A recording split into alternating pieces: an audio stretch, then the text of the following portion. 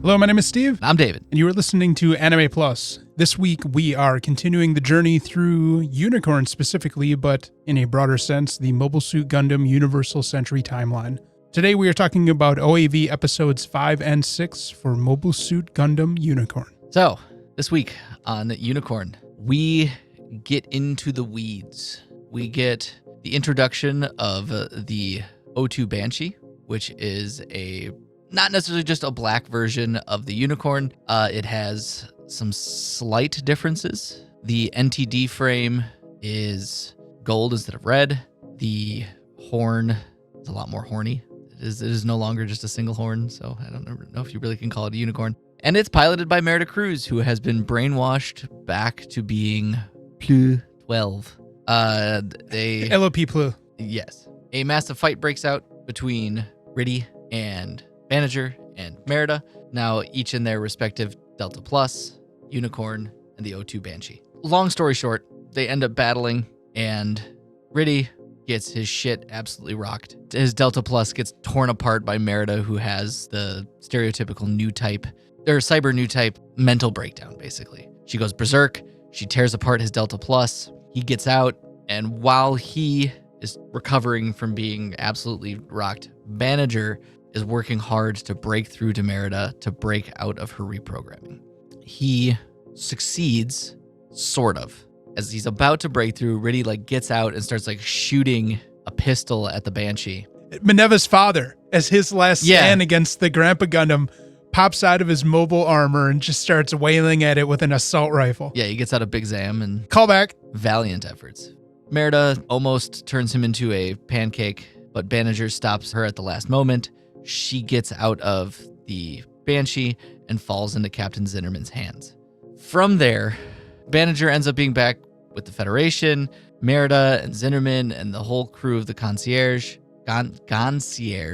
are now all on the Nihil Garma. What then happens is the most brass-balled thing ever from Bright. We learn that he has been manipulating the events of a lot of the fleet movements of both Neo Zeon and the Federation to try to get this to coincide to getting Banager to where he needs to be.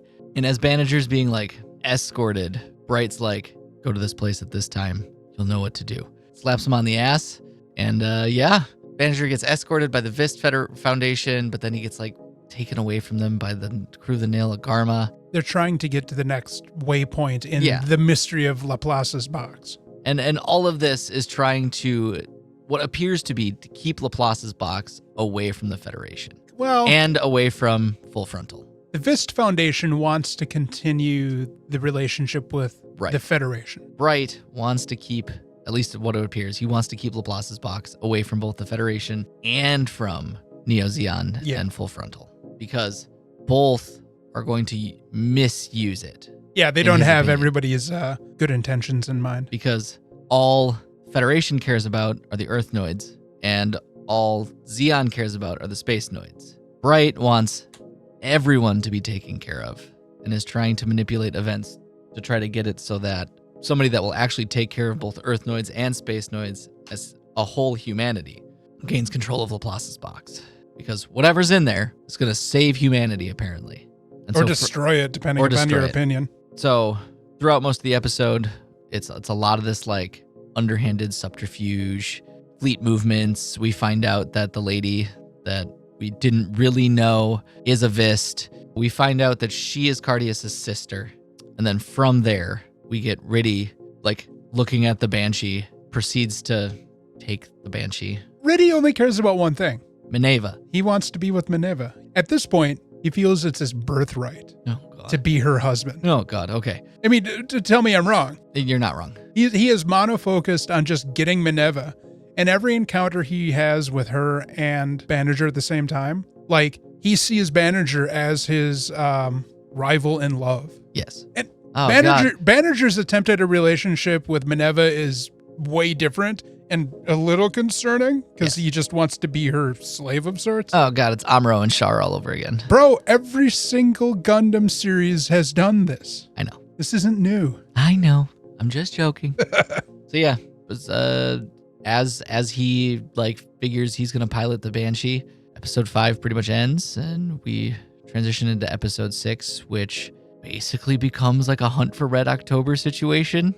Flubbing the details a little bit, but like the Nail Agarma becomes at the ass end of 5. The Neo Zeon and Full Frontal and Angelo, The sleeves end up teaming up with the Nail Agarma because the General Revel, which is being influenced by the Vist Foundation, which is another battleship. It's like the brand Federation. new fleet. Which like, General Revel is the general that led the 1 Year War. Correct. So and they have this like super new powerful battleship. Yeah, this mega powerful battleship. That's essentially like the flagship of the Earth Federation fleet now. That has been influenced by the Vist Foundation to destroy the Nail Agarma, destroy the Unicorn, to stop people from finding Laplace's box. Well, I would say not necessarily influenced. They're just following orders from command. Command is very much being leaned on by the Vist Foundation. Orders that have been influenced by the Vist Foundation. The General Revel goes to destroy the Nail Agarma.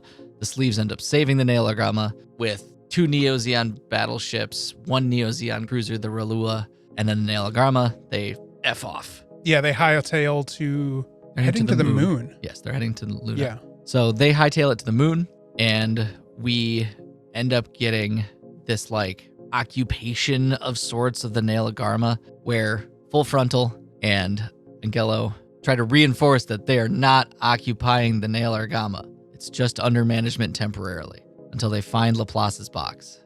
And so basically, the Lando Bell crew of the Nail Agarma are held at gunpoint by the Sleeves.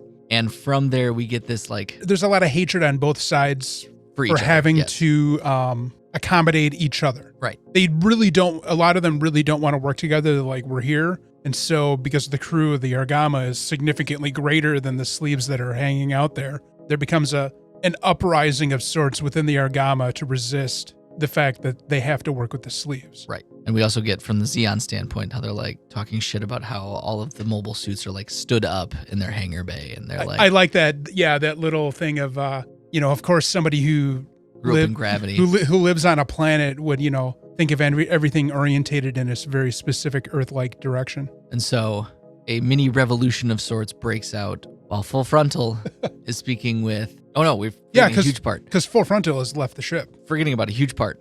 Yeah, you forget everything about Minerva showing up? Before Full Frontal leaves the ship, Minerva confronts Full Frontal and is like, what are you going to do with Laplace's box? Yeah, you need to tell me what your vision for the future of everybody is. And she like puts him on the intercom, and he gives this whole thing about how he's going to form like a side co-prosperity sphere, and how to do that, it's going to cause the Earth to become economically unstable. Everyone will leave Earth, and then everyone will be a space noid.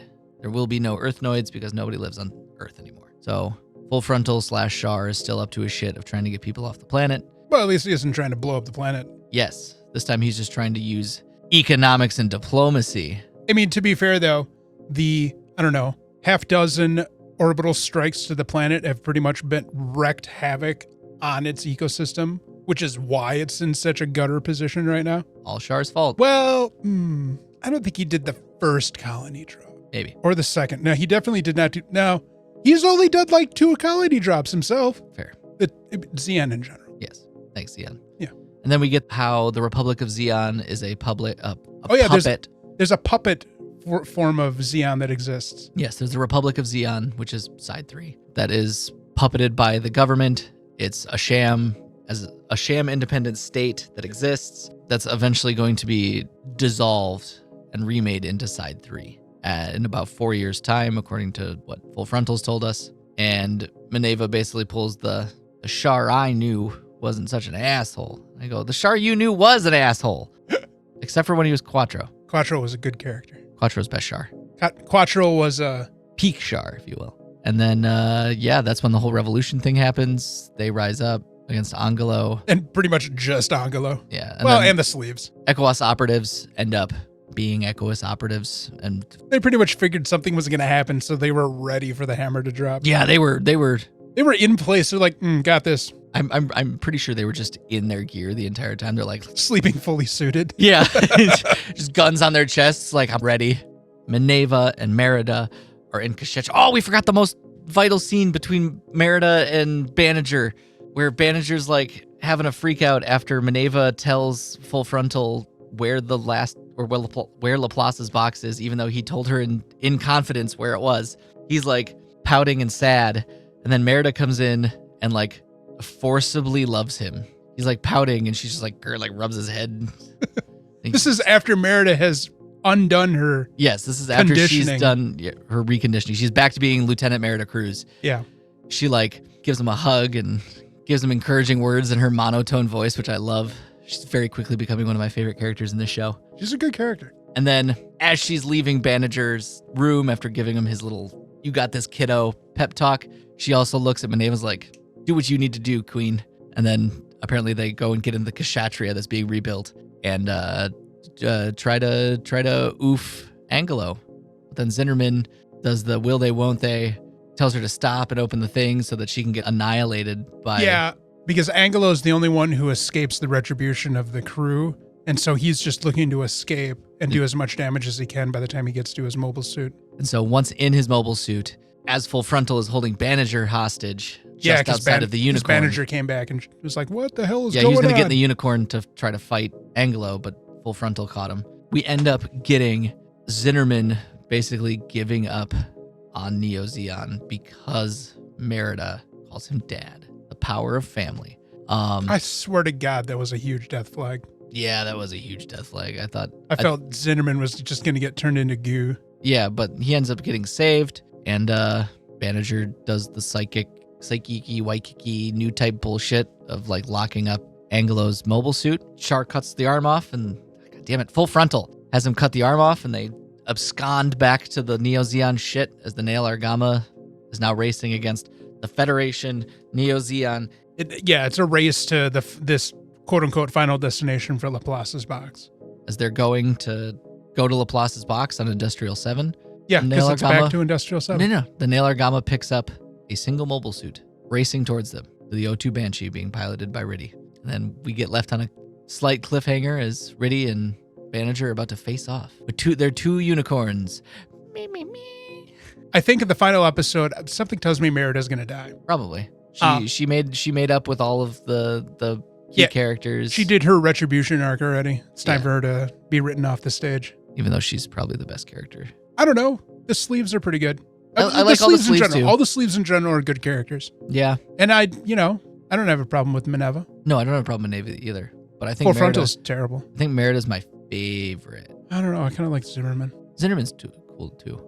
I like the captain of the Nail Argama. He seems like a buffoon. That's kind of why I like him. All right. He seems just funny. Also, Banager's friend, the male one. Oh, like his schoolmate. Like, he's obviously very not much a main character, but I like him too. That girl who was all over him in the beginning? Yeah. Man, she's got some issues she needs to work through. Oh, boy. You're telling me. I forgot what her name is, but my God.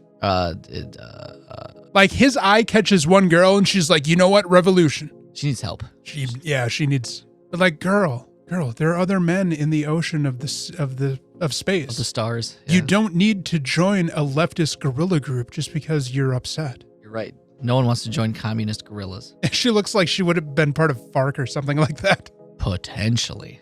But yeah, she goes full on revolutionary. Militant. She gets super militant in episode 6. He's definitely no Hayato. And she is definitely not Fa. She's definitely not Fa. Or Frau. Fa was that was Zeta. Same character. Yeah, basically. They serve the same role within the story. They're all a relatively pretty brown-haired girl. Yeah, who's like the second or third girl. Yeah, they are the backup girlfriend. They're the childhood friend that the main character pays zero attention to. Because new type. Okay, so these were fun episodes. Great episodes. As long as Gundams weren't doing Gundam things. Also, Angelo is a very entertaining villain. Yeah. Like, he wants to be taken seriously so bad. But he's actually not good. I know. He's good in his mobile suit. Yes, he's good at being a mobile suit pilot, but he is not good at being like a commanding officer. No, he has no authority. He did a pretty good job escaping, though. Like, yes. I'll give him that. Like he's a great soldier, but he is not a leader. No, he is definitely not a leader. but he like He is bad at pretends it. so hard that he is a So leader. hard. He cosplays a leader, but it's like dude. So we found out that the guy who is a part of Anaheim is Banager's. Oh, yeah. Is Banager's half brother. Yeah, because Riddy's like, you would have me kill your half brother? He's like, the Vist do it all the time. The episode was good. I really enjoy the urban combat Yes. sections. Oh my God, yes. It's such good action.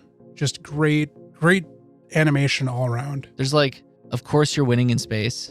Space is whatever. It gets kind of boring. Yeah, there's no oomph to space combat. But as soon as you're urban with gravity, And things everywhere. things everywhere, potential casualties of innocence. Yeah. Instead of just being able to magically sidestep at like a moment's notice to dodge laser fire. Yes. Unrealistic. As Definitely- is, you definitely know, puts the fiction in science just fiction. the legacy. No.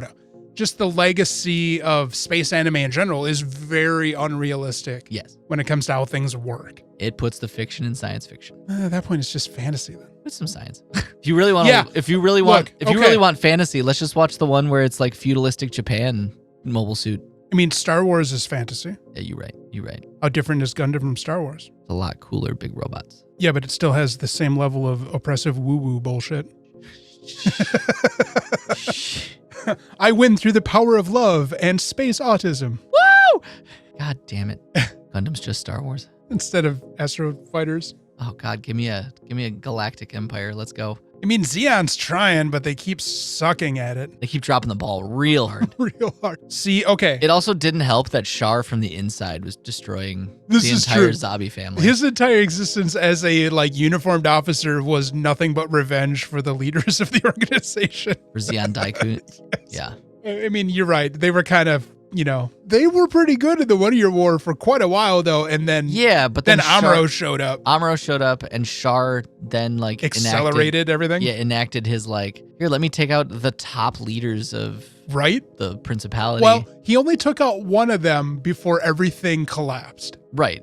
Arguably, Garna was probably the most tactically inclined of the kids. Oh, maybe. Well, he was too, Like he was arrogant, yes, but he was super young and inexperienced though. but he was still doing well. Yeah. From what you hear in True. from all of the back story of him as Cause- a leader.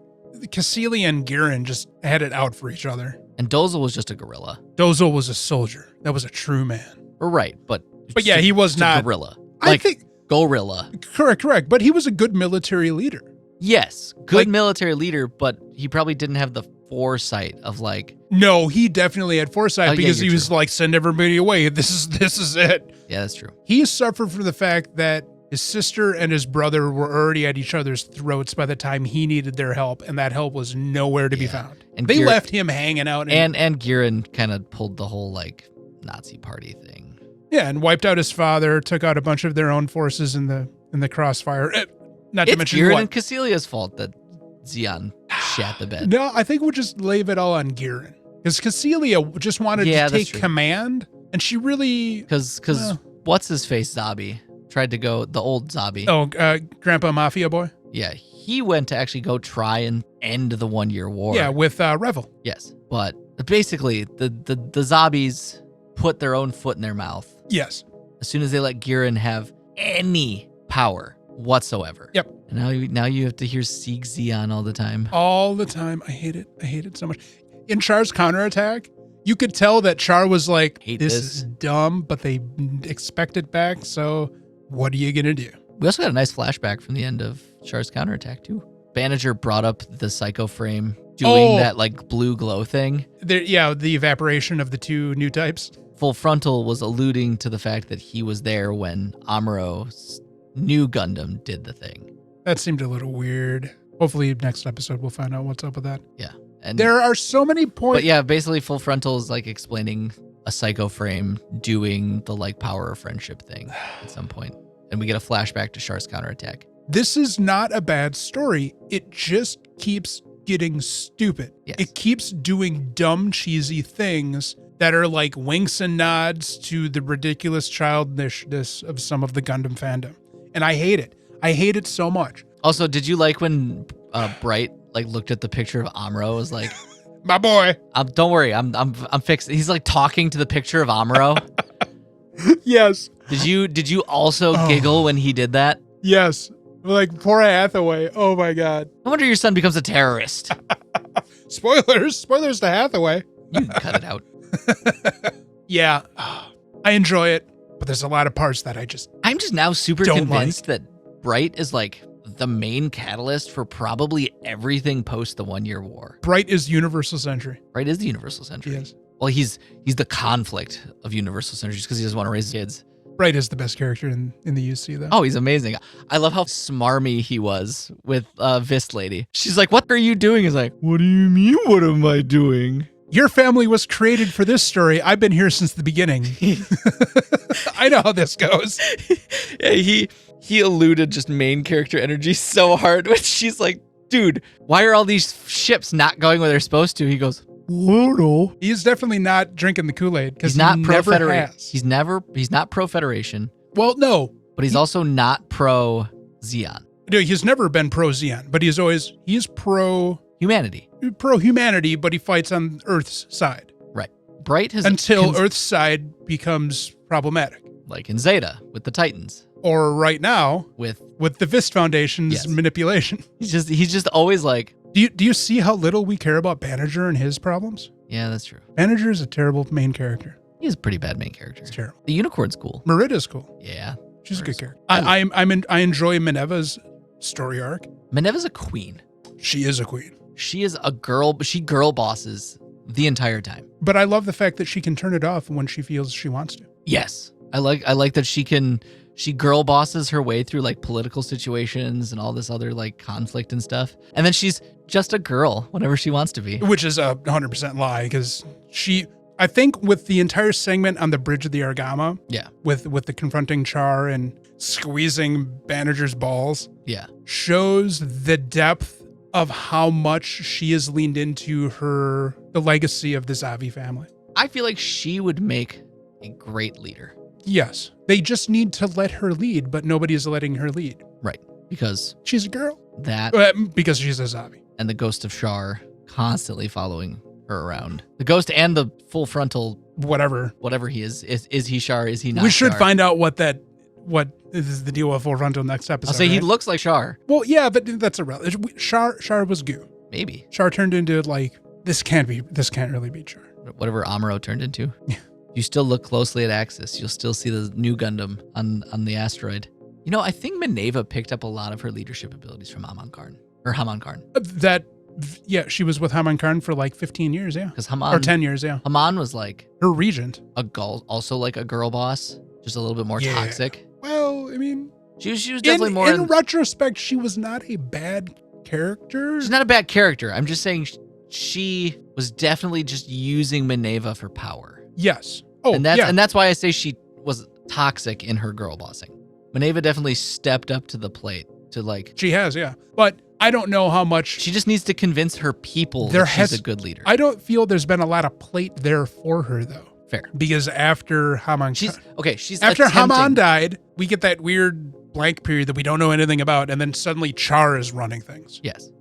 Because they didn't know where Minerva was. I don't remember what happened to Minerva at the end of Double Zeta. She was on Earth at the end of Zeta. Yeah, but I'm talking Double Zeta. It's only like a year period after Zeta ended. Yeah, but there was a lot of things that went on. Fair. I mean, Haman dies at the end of Double Zeta. Right. But remember, at the end of Zeta, Haman is like, we're sending Minerva to school on Earth. I don't know. She's ready to step up to the plate. Yeah. She just needs to get to the plate. Yeah. By removing Full Frontal and anyone that would still support Char, the Red Comet as the leader of Neo Zeon. Yeah. I feel like if she had the ability to, she could reestablish the Principality of Zeon, but have it not be a antithesis to the Earth Federation. Which is probably why Haman had her on Earth, to try to round her out a little bit. Yes. So that instead of Earthnoid and Spacenoid, it's humanity. So next week we got the final chapter of Unicorn? No. Well, yeah, the final chapter of Unicorn, and then the OVA series. We'll wrap up Unicorn with the movie that's kind of the bookend for that part of the story. So look forward to that. God, I hope Banager isn't in it. Don't forget, on Friday, we're winding down the current season of Weekly Ranma, as we're getting very near the end of the second season of the remake. Don't forget to like and subscribe. Hit that bell so you get notified when we have other episodes dropping. And come harass us on our socials. And thanks for all of your time. We'll check you guys next time. Deuces.